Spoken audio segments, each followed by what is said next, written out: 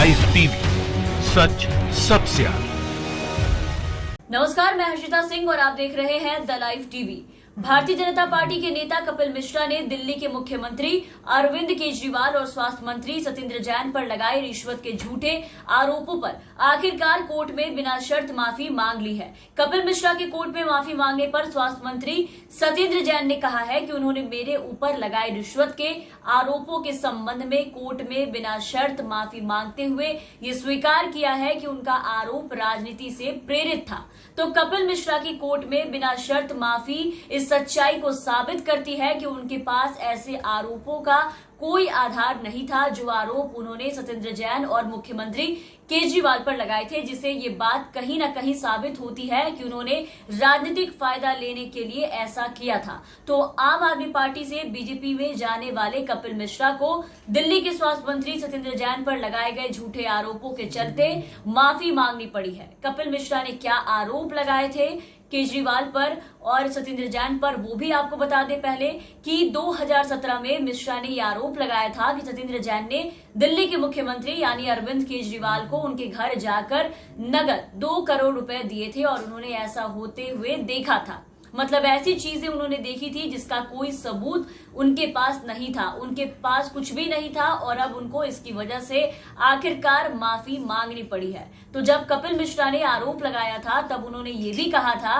कि केजरीवाल से जब उन्होंने पूछा था कि ये क्या मामला है जो उन्हें पैसे दिए गए थे, तब केजरीवाल ने जवाब देने से मना कर दिया था और उन्हें ये कहा था कि राजनीति में कुछ बातें होती है जो बाद में बताई जाएंगी, जिसको लेकर के मिश्रा ने तब दावा किया था कि सत्येंद्र जैन को कुछ दिनों में जेल जाना पड़ेगा। मिश्रा ने यह भी दावा किया था कि जैन ने केजरीवाल के एक रिश्तेदार की 50 करोड़ की जमीन की डील में समझौता कराया था, लेकिन ना कुछ साबित कर पाए और ना ही सत्येंद्र जैन जेल गए, उल्टा इन्हीं लोगों से माफी मांगनी पड़ गई। मिश्रा ने अदालत को दिए माफीनामा में ये कहा था कि उन्होंने जो बयान दिया था वो राजनीति से प्रेरित था और बिल्कुल गलत था। उन्होंने माफीनामे में ये भी लिखा है कि वो शिकायतकर्ता यानी सत्येंद्र जैन से बिना शर्त माफी मांगते हैं और आगे इस तरह के जो गलती है या हरकतें हैं वो नहीं करेंगे। लेकिन इनकी ऐसी हरकतों के बारे में अगर हम बात करें तो ये सब करने के इनके काफी पुराने इतिहास रहे हैं। दिल्ली दंगा का मामला ही आपको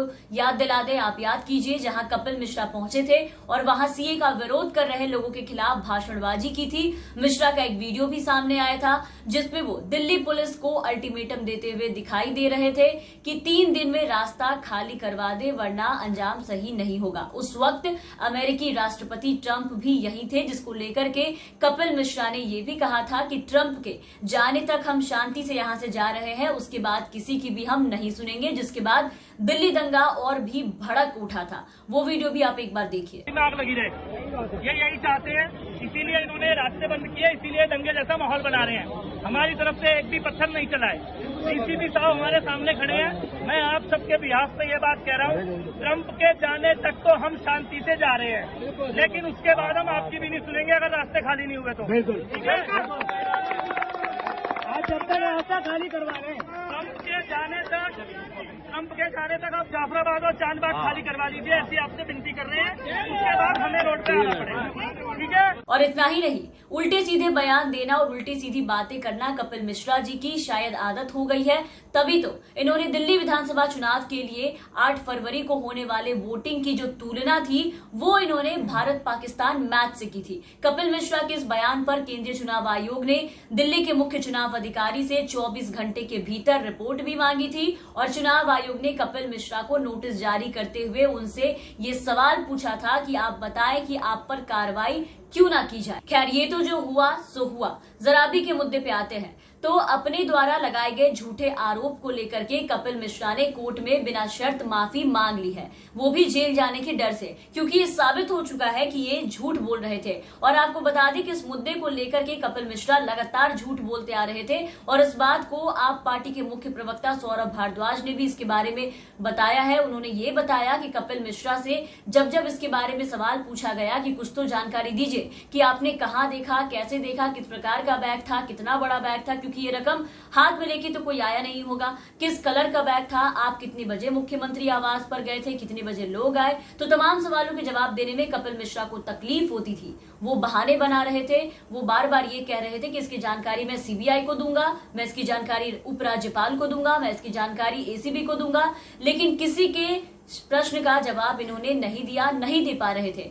क्यों होती थी तकलीफ, क्यों जवाब नहीं दे पा रहे थे, कारण वो आज सबके सामने है। उसके पीछे सिर्फ और सिर्फ एक ही कारण था कि कपिल मिश्रा झूठ बोल रहे थे।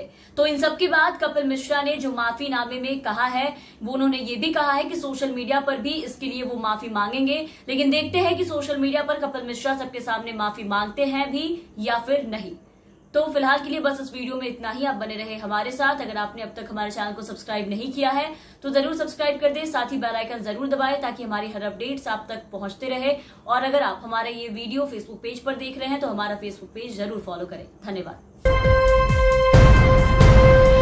लाइव टीवी, सच सबसे आगे।